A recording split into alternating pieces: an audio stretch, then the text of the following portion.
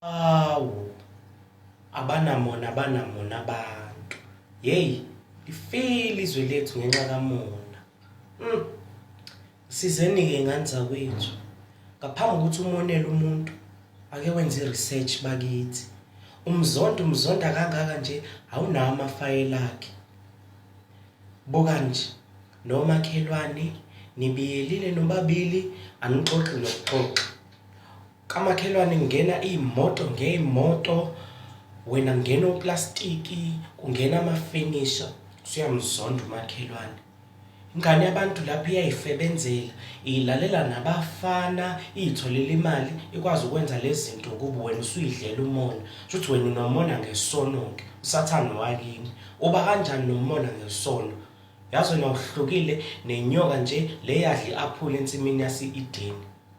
Noma senziwe iy'ngane-ke phela thina siyayazi inyoka edla i-aphula. Lelo aphula lize libe phakathi nendawo ensimini, angadlalwa ngathi. Kodwa ngikho-ke lapho, ngisala emoneni. Hawu, ake senzeni i-research ngaphambi kokuthi sibe nomona. Ingane yabantu ime kahle usuyayizonda, kanti ishephelwe ama-ARV. Ibinesishwapha njengo-anti kaSengishilo uSibongile, engathi imbuzi ikotela umgqomo. Inopete njengoSengishilo, sengathi imbuzi ibhreke odakeni.